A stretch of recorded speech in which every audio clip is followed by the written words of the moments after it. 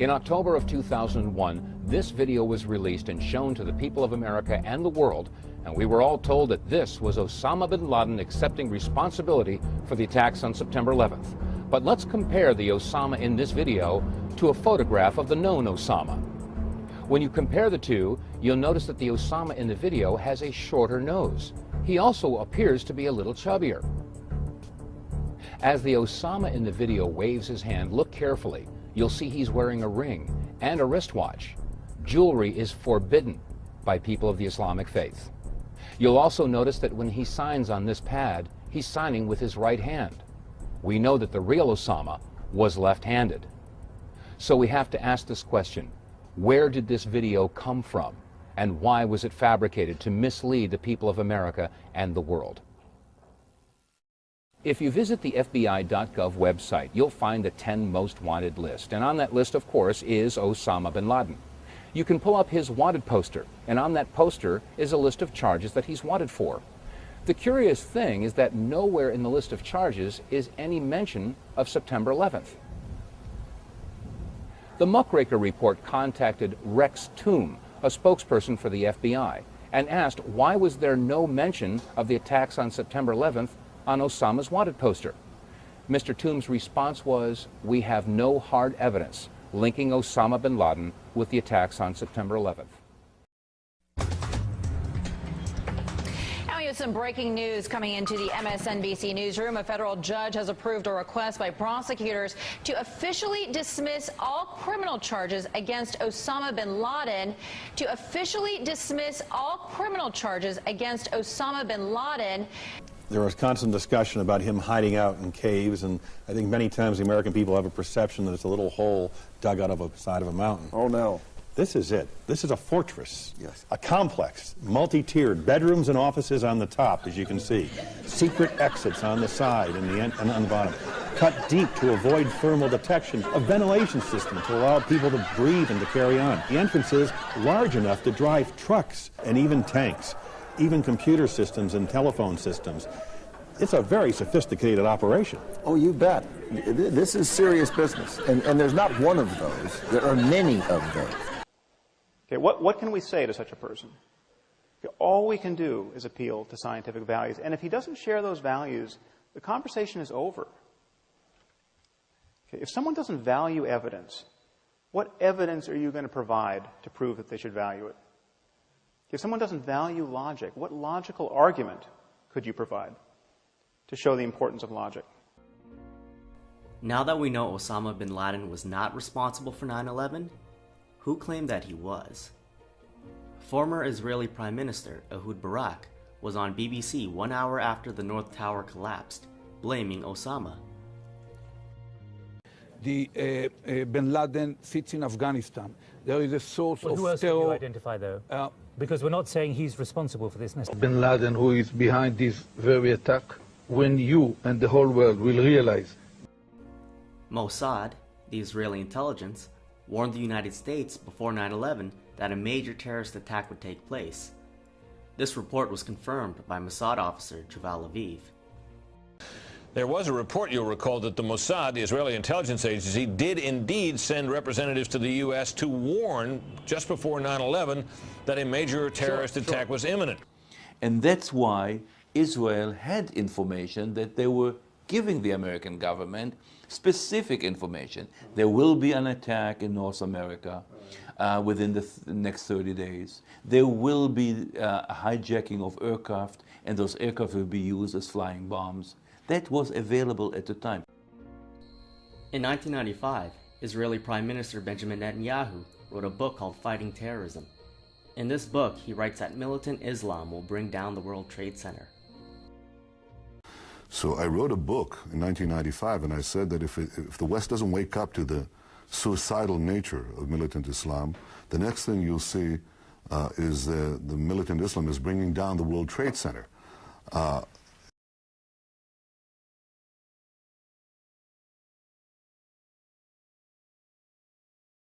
BuzzFeed dug up an old quote from Donald Trump talking about a large-scale terror attack 19 months before 9/11.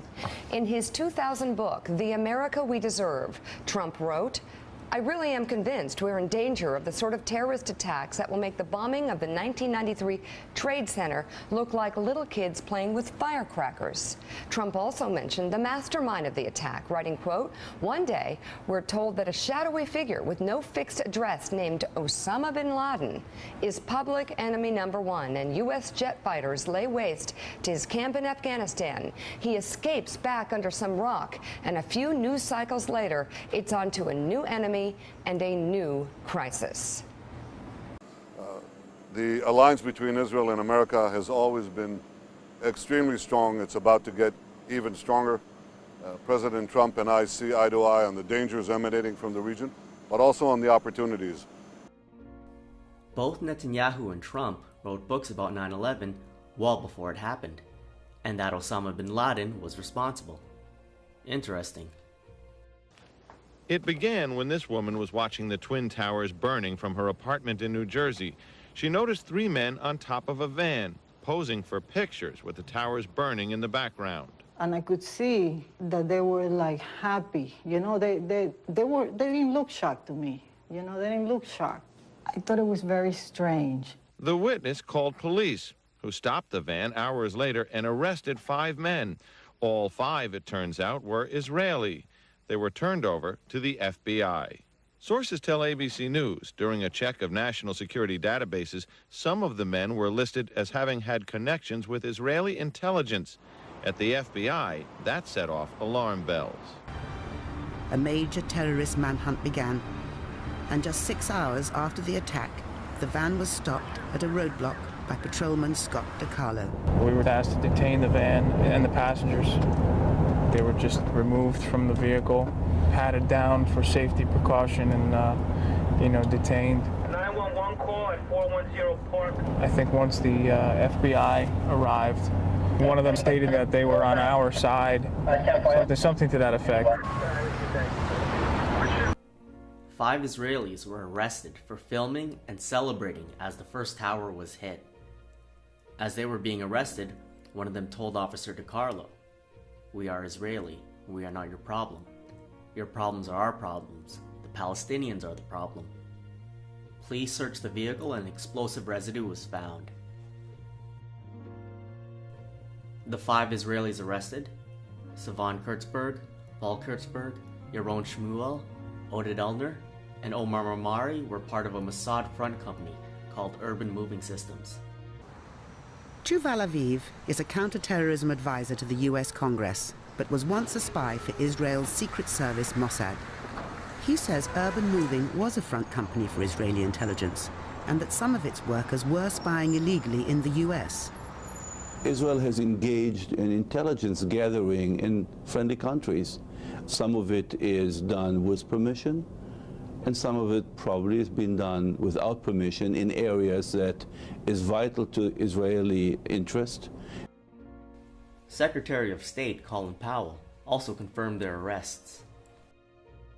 I'm aware that some Israeli citizens have been detained. With respect to why they are being detained and the other aspects of your question, whether it's because they are in intelligence services or what they were doing, I will defer to the Department of Justice and the FBI to answer that.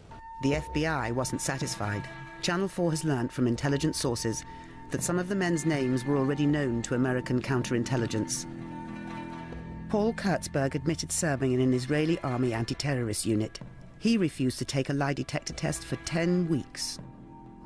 I was serving in a special unit in the army, and it's not a big secret or something like that. But there are things that I have to keep to myself as loyal to my country. Some of the Israelis were discovered to be Mossad agents after their names were run through the database. This was confirmed by Vince Canistaro, former Chief of Operations for Counterterrorism, CIA. The FBI needed the answers to 3 important questions. Who were these men? What brought them to that parking lot on the morning of September 11th? And did they have any advance knowledge of what was going to happen that day?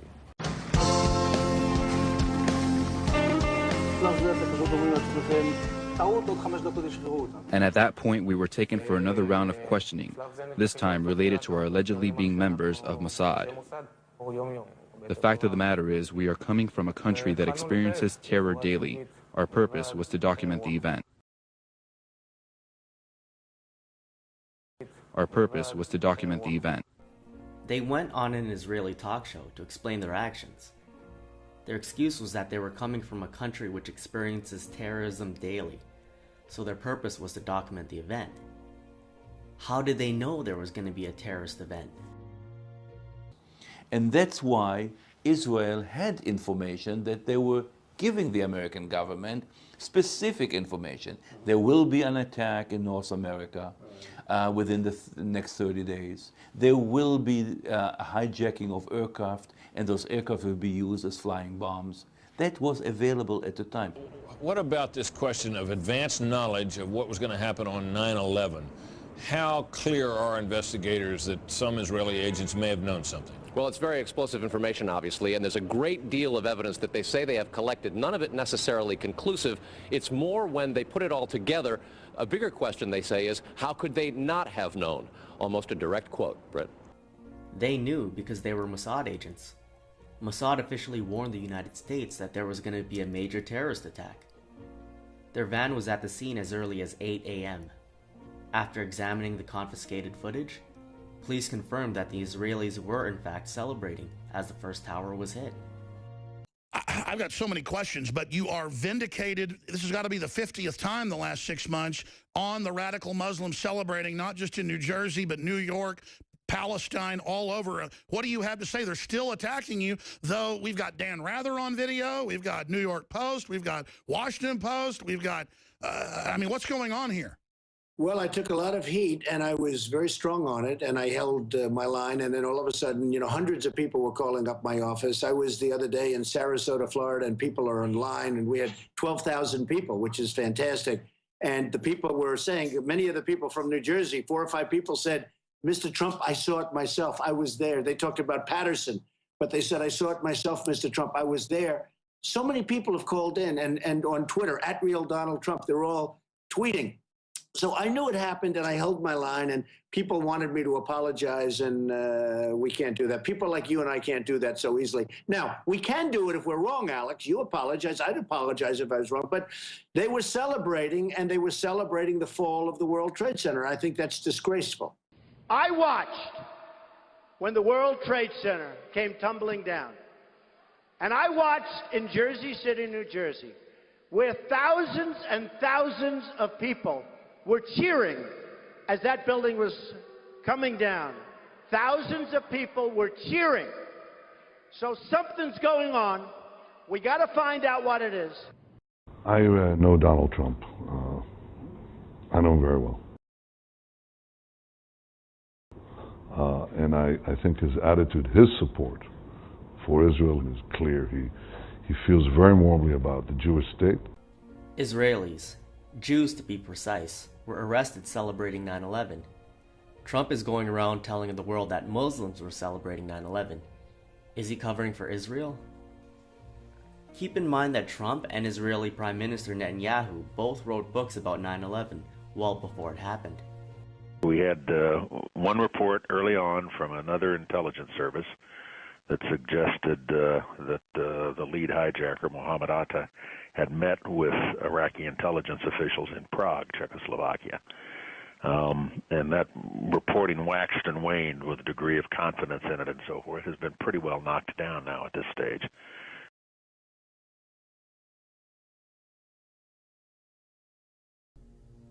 What we're giving you are facts and conclusions based on solid intelligence. For more than an hour, Secretary Powell displays photos, holds up a chemical vial that suggests anthrax.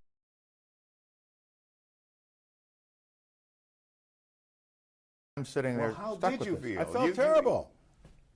And 6 months later, the intelligence community is still standing behind their original judgments, even though nothing has been found.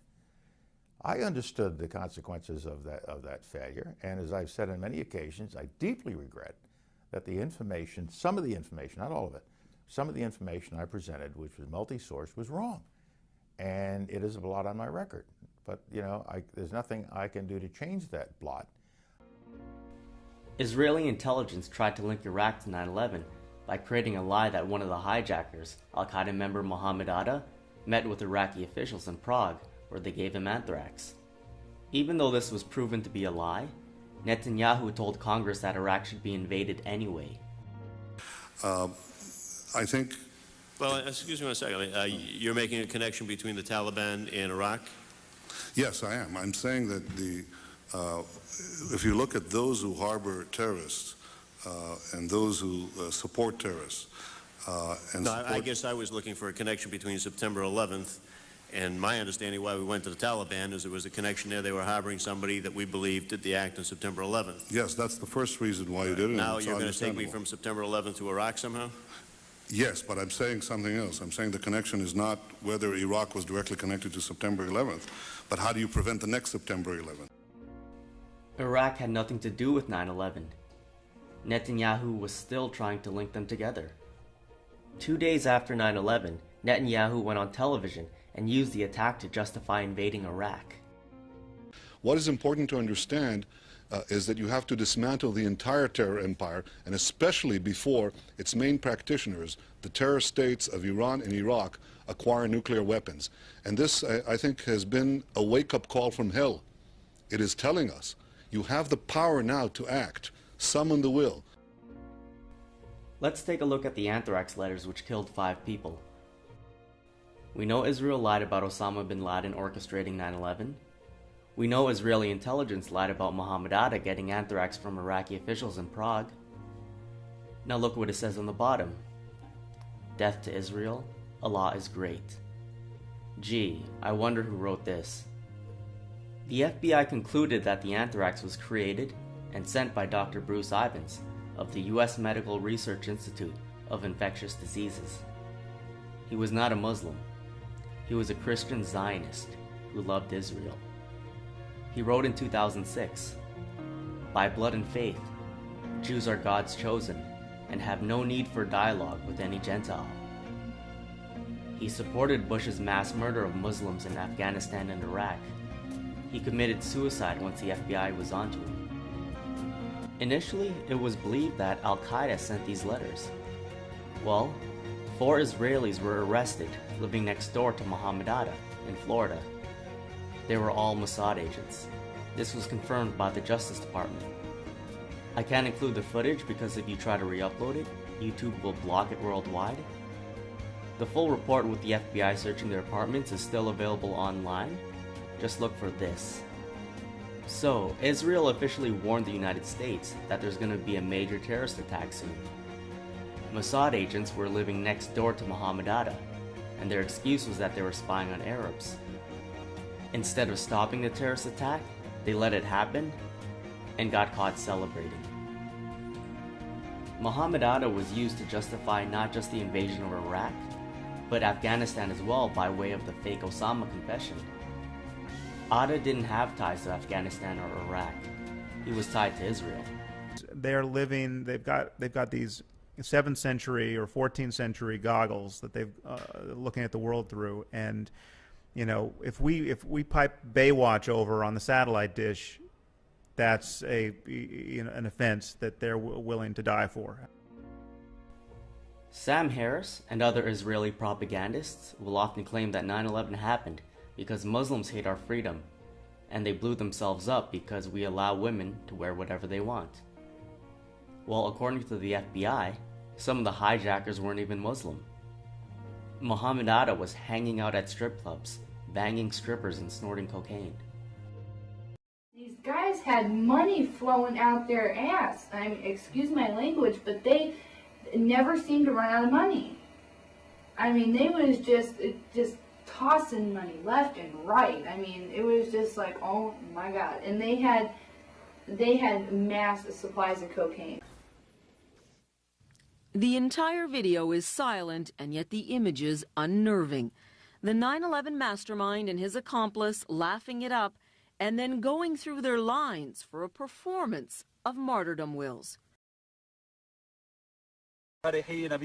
Jarrah frequently stumbles through his own martyrdom tape. Can't maintain a serious tone. His Al-Qaeda handlers coach him to be more dramatic.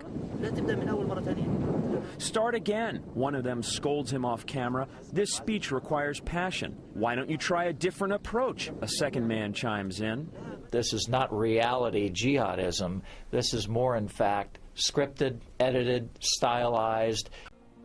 Hijacker Ziad Jarrah's cousin, Ali Jarrah, was arrested in Lebanon for spying for Israel. He confessed that he was spying for 25 years. Not one, but two hijackers were tied to Israel. Mohammed Atta lived next door to Mossad agents, and Ziad Jarrah's cousin was a Mossad agent. Better yet, Ziad Jarrah's passport miraculously survived the explosion.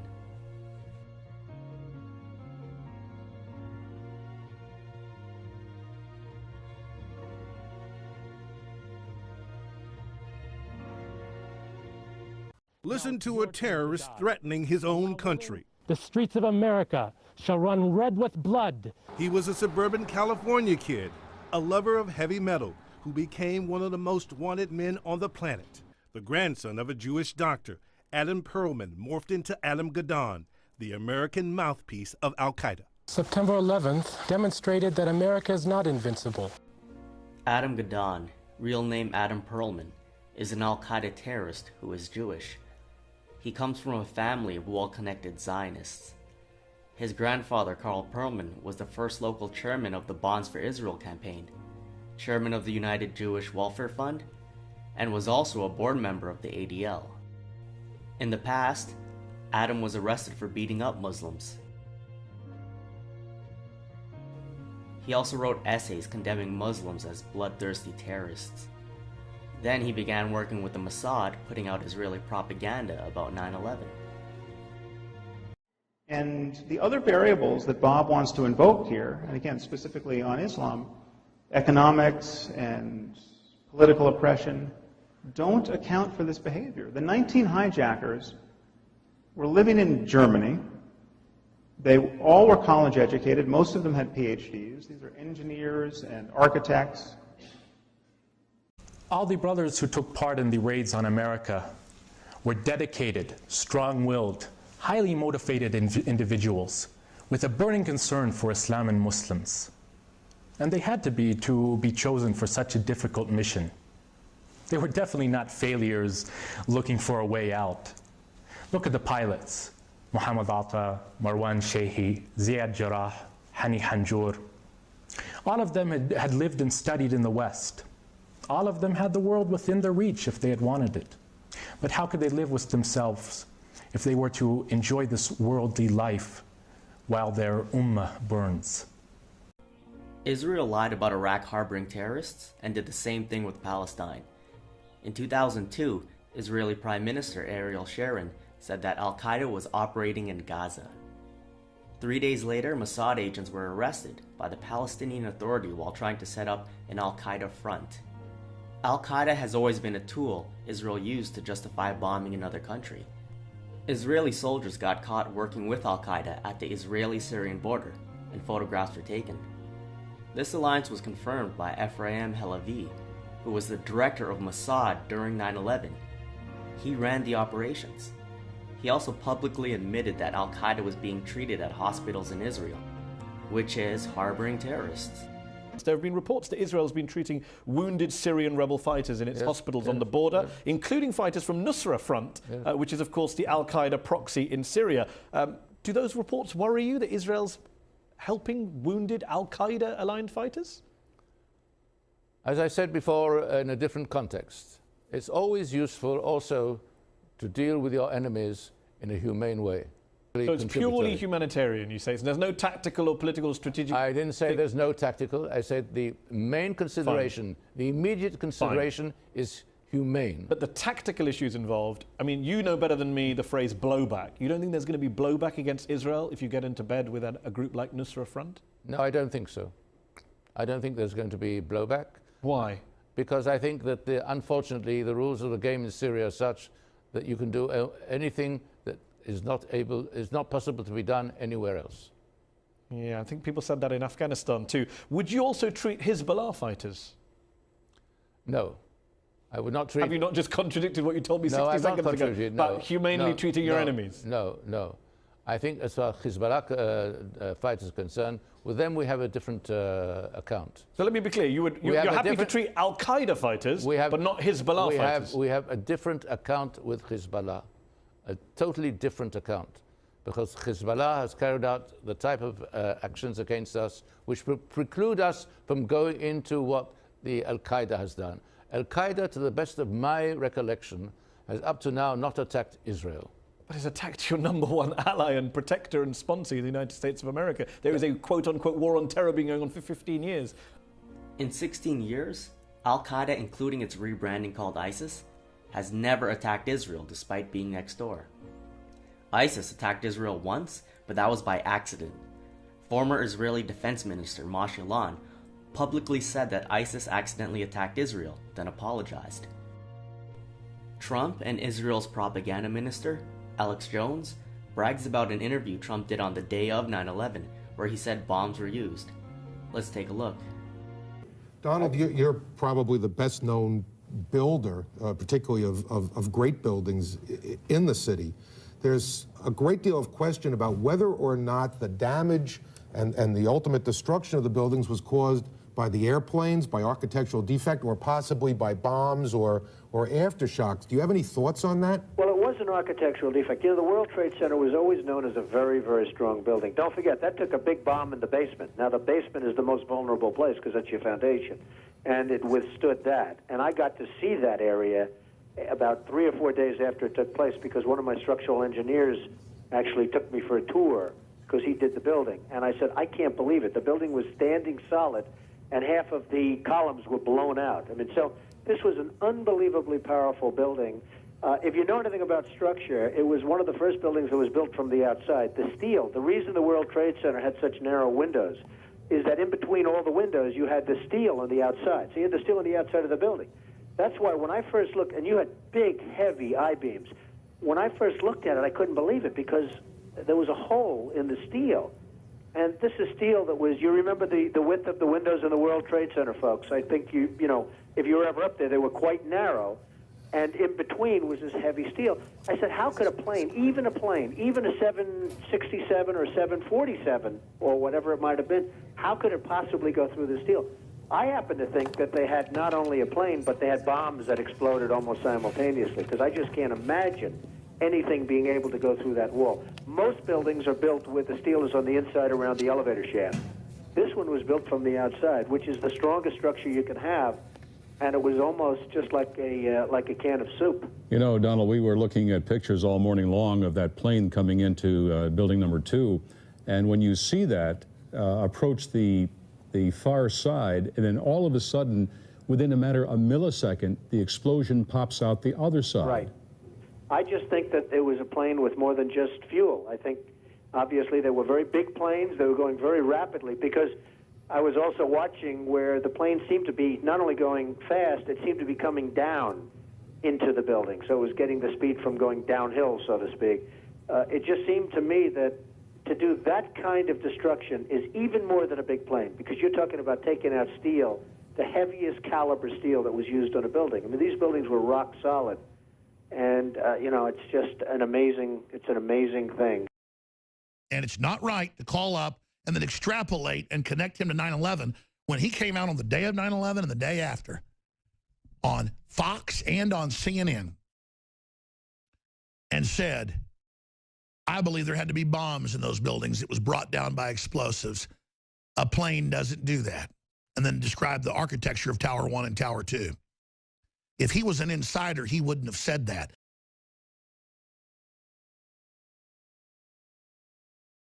A lot of people ask, how is it possible that a Boeing plane would be able to destroy or 2 planes would be able to destroy the Twin Towers? Because they were constructed to withstand like a 707 attack. Well, it's tremendous power and tremendous heat. And people were willing to die, and when they're willing to die and when they're willing to become kamikazes of a sense, there's very little you can do about it. I mean, the heat and the power, actually it was amazing that the initial jolts didn't jar the building as much as people would have thought. But the tremendous amounts of fuel that was dumped on the building and 1,600 degrees temperature, I guess that's probably more than anything could take, no matter what.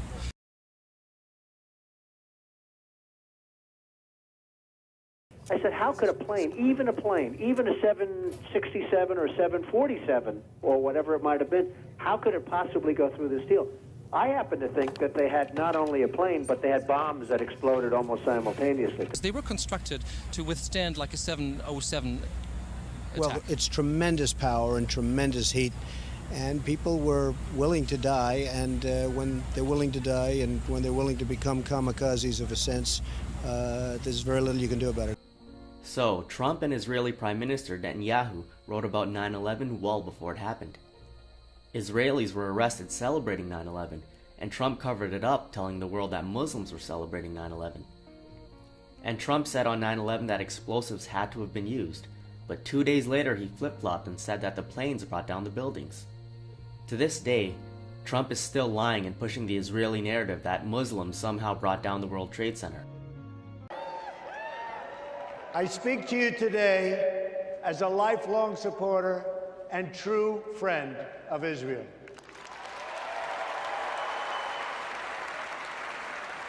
I'm a newcomer to politics, but not to backing the Jewish state.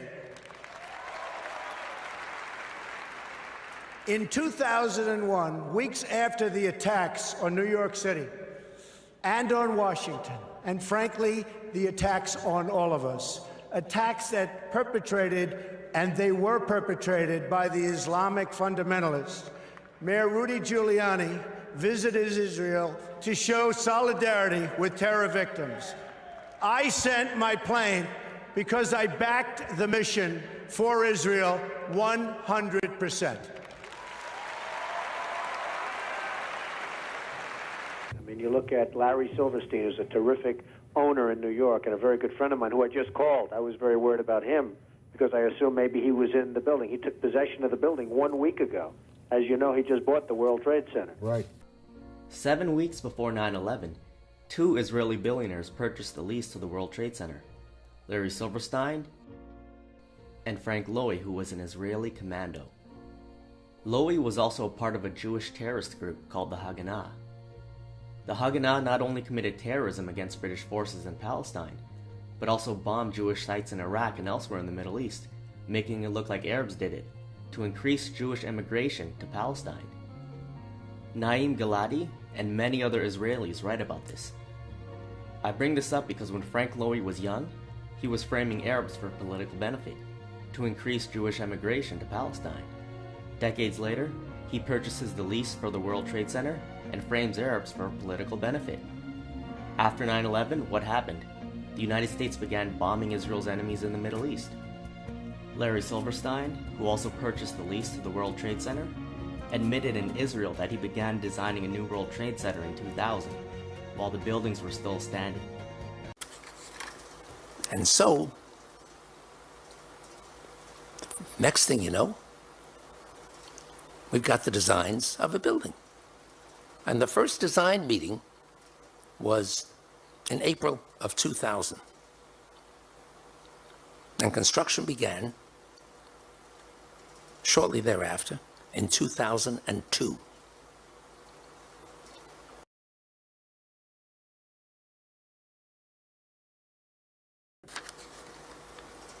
But we ran into a problem. We couldn't collect the insurance because the insurance companies didn't want to pay. There were 22 insurance companies defending 22 insurers who didn't want to pay their obligations under the policies. And so they took me to court. And I had to beat them in court, the lower court, and then had to take an appeal and win in the upper court. So they owed me $4.5 billion. A new governor was just elected, Eliot Spitzer, an old friend who I knew well. And I said, Eliot, if you don't help me, I'll never collect from the insurance companies. And guess what? He listened, and he said, you know what? You're entitled. I'm going to get you the money. And in 6 months, he got me the $4.5 billion. The insurance companies didn't like me, but at least I got the money.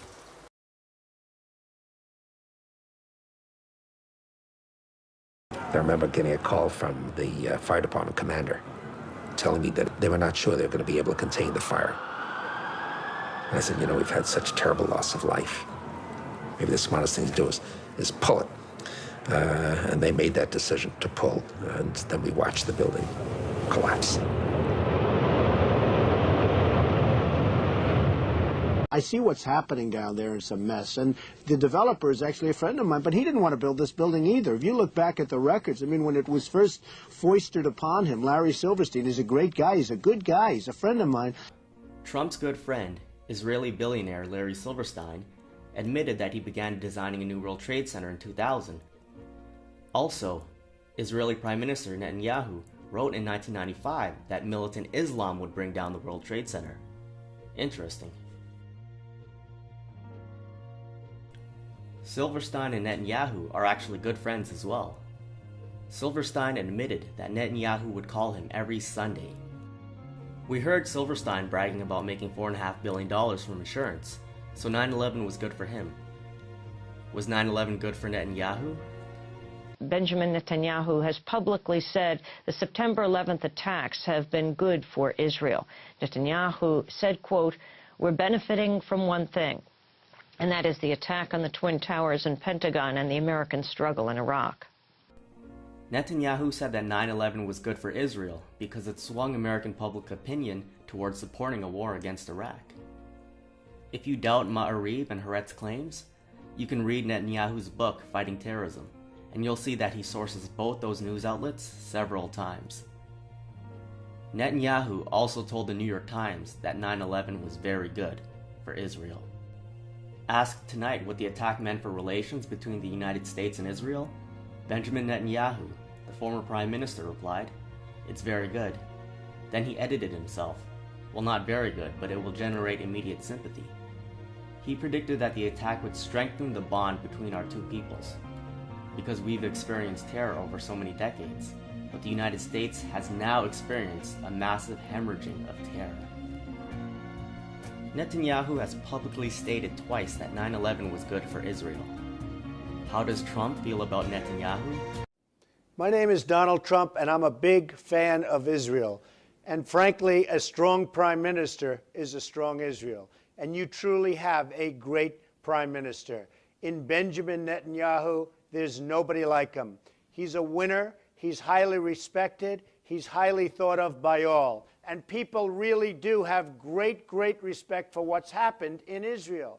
So vote for Benjamin. Terrific guy, terrific leader, great for Israel. President-elect Trump, my friend, congratulations on being elected President of the United States of America.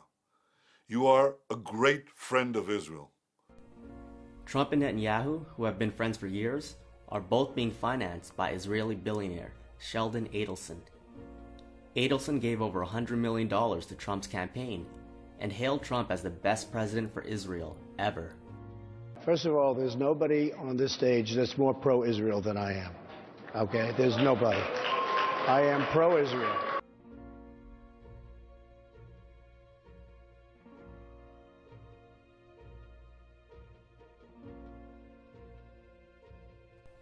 For those who aren't aware, 2 towers were hit by planes, but 3 towers fell. Fact is, World Trade Center 7 was never hit by a plane. The official narrative is that office fires from debris caused it to symmetrically collapse at near free-fall speeds, which is scientifically impossible.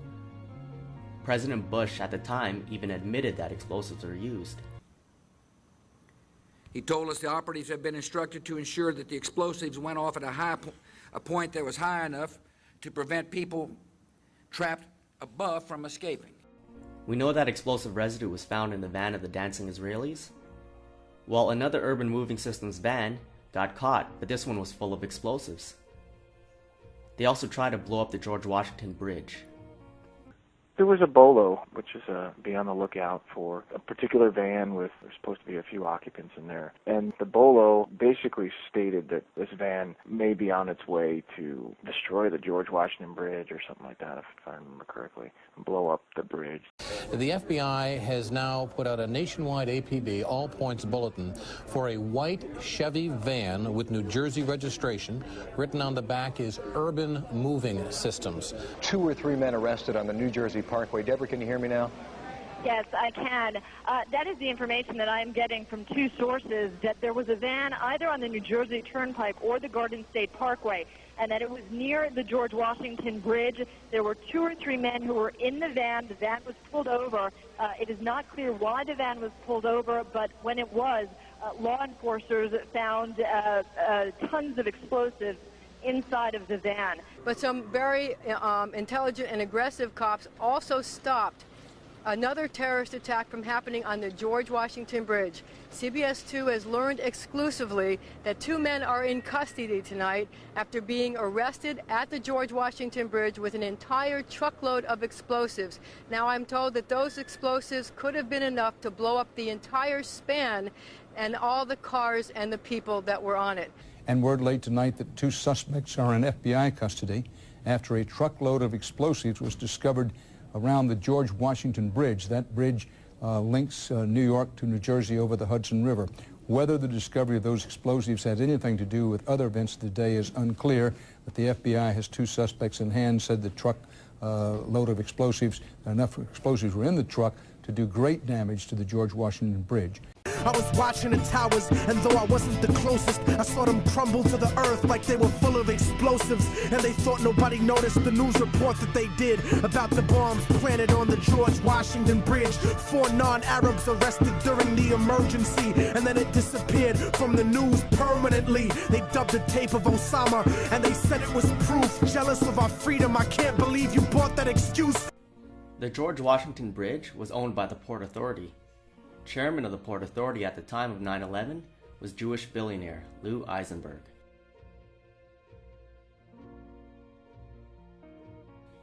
He financed Trump's campaign and was later given the role of U.S. ambassador to Italy. He bought himself a seat to Trump's inauguration, as did Israeli billionaire Sheldon Adelson. Jewish billionaires Silverstein and Eisenberg had property that was destroyed or was intended to be destroyed on 9/11. Urban Moving Systems, a Mossad front company, got arrested and explosive residue was found in their van. Another one of their vans was stopped, except this one was full of explosives that was set to blow up the George Washington Bridge. Was Lou Eisenberg a random guy in all this? Well, he's actually a Jewish Zionist billionaire. He strongly supports Israel. He was the chairman of the Port Authority who leased the World Trade Center to Silverstein and Lowy. He is very close to Trump, just as Silverstein is. It's a safe bet that he had foreknowledge as well. In the year 2000, Donald, you considered running for president. If you had done that and if you had been successful, what do you think you'd be doing right now? Well, I'd be taking a very, very tough line, Alan. I mean, you know, most people feel they know at least approximately the group of people that did this and where they are. But, boy, would you have to take a hard line on this. This just can't be tolerated, and it's got to be very, very stern. This is, as you and I were discussing before, Alan, this was probably worse than Pearl Harbor. This country is different today, and it's going to be different than it ever was for many years to come. I think that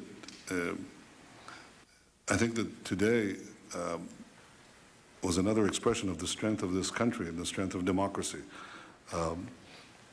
Nations, democracies don't go to war easily, and they usually debate and argue before they do. Sometimes they have to be bombed into going to war. In fact, that's what happened in World War II. All of Europe had been conquered. You had to, America was actually bombed in Pearl Harbor, and that was a pivotal event that opened the eyes of Americans. And once their eyes were opened, they gathered the power that is available in this great free nation, and the result was preordained. I think in a similar way, the bombing of September 11th opened the eyes of Americans to see the great conflict and the great danger that faces us. And once opened, then the overpowering will of the majority of the people of the United States, of the steamroller, is inexorably moving to decide this battle. Israeli Prime Minister Benjamin Netanyahu said that 9/11 was good for Israel. Israeli intelligence got arrested celebrating 9/11. Witnesses saw them hugging as so many people died. As Netanyahu told Congress in 2002, sometimes they have to be bombed into going to war. Israel bombed the United States on 9/11 to manipulate you into fighting their wars. That's all the info I can fit in 1 hour. Today we focused on how 9/11 was done. In part 2 we'll focus on why it was done, as well as other connections Trump has to the Jewish state. Trump knows exactly what's going on, and he's covering up 9/11 for Israel. If you like this video, share or feel free to re-upload this onto your channel. If you want to support me, all I ask is that you sit down people close to you and show them this video. If you can show this to veterans, that's even better. I know it's an uphill battle, but we don't have much of a choice. Try to educate people on AIPAC, the Israeli lobby, and more importantly, the attack on the USS Liberty in 1967, when Israel murdered 34 Americans and wounded another 174. This was another false flag similar to 9/11, only it failed. Was it Israel's interest that caused them to bomb and kill 37 innocent Americans on the Liberty? It was a terrible tragedy, and that's what happens when a spy ship spies. Terrible tragedy. Even to your allies. Even to your allies. They shouldn't be called an ally.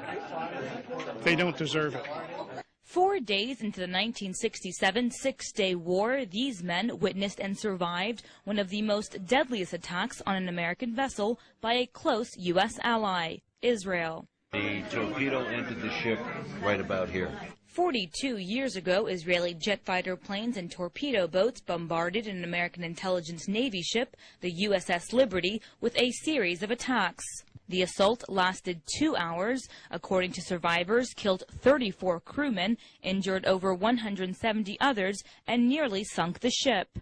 The whole story of it being an accident is just not true. Although for decades the Israelis insist the incident was a case of friendly fire, the victims of the attack confirmed the Israelis were fully aware they were attacking an American ship. Israel claims that they were not flying a flag and that was a mistaken identity, but I know for myself that we were flying a flag. A lot of it we believe was covered up, that it was an intentional act by Israel to sink the ship with all hands, no survivors. Why do you think they would have bombed the ship? Their next plan was to attack the Golan Heights. So the troops they had on the Sinai now had to be moved to take the Golan Heights. The fact that the Israelis were massacring Egyptian troops, Egyptian prisoners of war. They had so many of them, and once again, they wanted to move all the troops they could to the Syrian border, and they couldn't handle the Egyptian prisoners of war, so they massacred them. So it's perceived that they thought that we were intercepting the fact that that happened. This is a provocative act of war, would you not agree? Oh, yes, definitely. What happened? How did the U.S. react when this happened? USS Saratoga, which was I can't tell you how many miles away, but it was several miles away, launched aircraft to come to our aid once we got the Mayday signal out. And those jets were recalled by McNamara, I believe. They relaunched, and the second wave was called back by President Johnson himself. That he did not want, for whatever reason, did not want the U.S. involved in this on our side. Why do you think that is? Because I think Israel has too much money and they can have too many controlling interests in our government. I know there was a conspiracy between our government and Israel at the time, so that's the reason why they didn't pursue it, and why the investigations and the interrogations were done and covered up because of the alliance between Israel and the United States, which I think is wrong. I don't care who they are. You just don't slap a hand for killing 34 guys and wounding over 172 people on board a ship for no apparent reason. As far as I'm concerned, they're just outright murder. And so 42 years after the Israelis bombed an American warship, the survivors of the USS Liberty are still demanding justice. They say they will continue to raise awareness about a provocative act of war that the United States not only refused to respond to, but also help cover up. Now, I have two comments on my deep respect for human life, okay? I'm opposed to our wasting our military in the Middle East on behalf of Zionist Israel. Thank you. Okay. All right, well, let me just tell you that Israel is a very, very important ally of the United States, and we are going to protect them 100%. 100%. They've been our most reliable. It's our true friend over there, and we're going to protect Israel 100%. What we need to stand up and say is not only did they attack the USS Liberty, they did 9/11. They did it. I have had long conversations over the past 2 weeks with contacts at the Army War College, at Headquarters Marine Corps, and I made it absolutely clear in both cases that it is 100% certain that 9/11 was a Mossad operation, period. First, the disbelief, and what I showed them immediately afterwards is an interview with a demolitions expert named Danny Jawenko, and it shows the third building at the World Trade Center going down. And they look at that, and I said, now you understand that if one of the buildings was wired for demolition, all of them were wired for demolition. And that's it. That's the tipping point. Getting into arguments about who was flying what and where they were and whether there was nanothermite, those things are true, but they're incidental. The thing that's necessary is to tell people 3 buildings went down, the third was not hit by a plane, it was wired for controlled demolition, therefore all of them were wired for controlled demolition. And at that point, the reaction is rage. First disbelief and then rage. 9/11 has led directly to 60,000 Americans dead and wounded. God knows how many hundreds of thousands of people in other countries that we've killed or wounded or made homeless. This is an open wound. And what Americans need to understand is they did it. They did it. And if they do understand that, Israel's going to disappear. Israel will flat-ass disappear from this earth. I sent a film to one of my colleagues, and it basically had Americans grieving over their dead, coming back. And I showed one of them, it was a woman just wrenched by grief, over her dead soldier. And I said, if Americans ever know that Israel did this, they're going to scrub them off the earth, and they're not going to give a rat's ass what the cost is. They are not going to care. The first thing, Mark, is astonishment. They didn't know. They truly didn't know. And these are not unintelligent people. They really didn't know. And the next statement is rage. Real rage. The Zionists are playing this as truly an all-or-nothing exercise. Because if they lose this one, if the American people ever realize what happened, they're done. The military has not been bought. The military is loyal, but it has not been bought. And if it ever understands this, really, really deeply understands this, and this is what I got when I put some of these things to the Army War College and to Headquarters Marine Corps.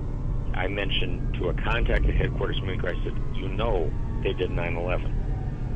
And it was, you don't mean it. I said, absolutely. And if they ever understand that, these people are history.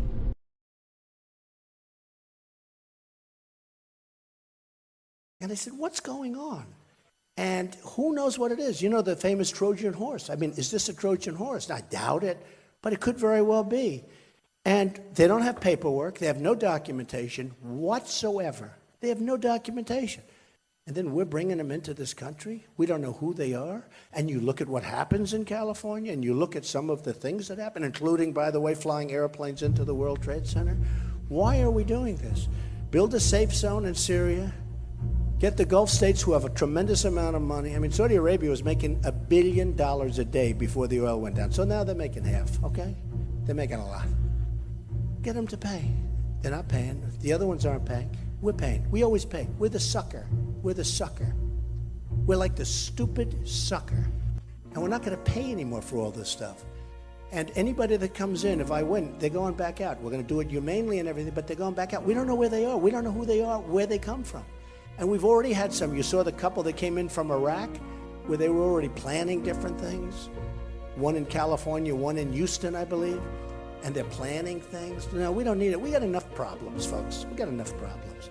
We got enough problems. So I read this the other day, and I said, wow, that's really amazing. That's really incredible. And it's the Snake lyric. On her way to work one morning, down the path along the lake, a tender-hearted woman saw a poor, half-frozen snake. Interesting. His pretty-colored skin had been all frosted with the dew. Oh, well, she cried, I'll take you in, and I'll take care of you. Take me in, O tender woman. Take me in, for heaven's sake. Take me in, O tender woman. Sighed the vicious snake. She wrapped him up cozy in a curvature of silk and then laid him by the fireside with some honey and some milk. Now she hurried home from work, and that night, as soon as she arrived, she found that pretty snake she'd taken and revived. Take me in, O tender woman. Take me in, for heaven's sake. Take me in, O tender woman, sighed the vicious snake. Now she clutched him to her bosom. You're so beautiful, she cried. But if I hadn't brought you in, by now you might have died. She stroked his pretty skin, and then she kissed and held him tight. But instead of saying thank you, that snake gave her a vicious bite. Take me in, O tender woman. Take me in, for heaven's sake. Take me in, O tender woman, sighed the vicious snake. I saved you, cried the woman, and you've bit me, heavens why? You know your bite is poisonous, and now I'm going to die. Oh, shut up, silly woman, said the reptile with a grin. You knew damn well I was a snake before you took me in. Does that make sense to anybody? Does that make any sense?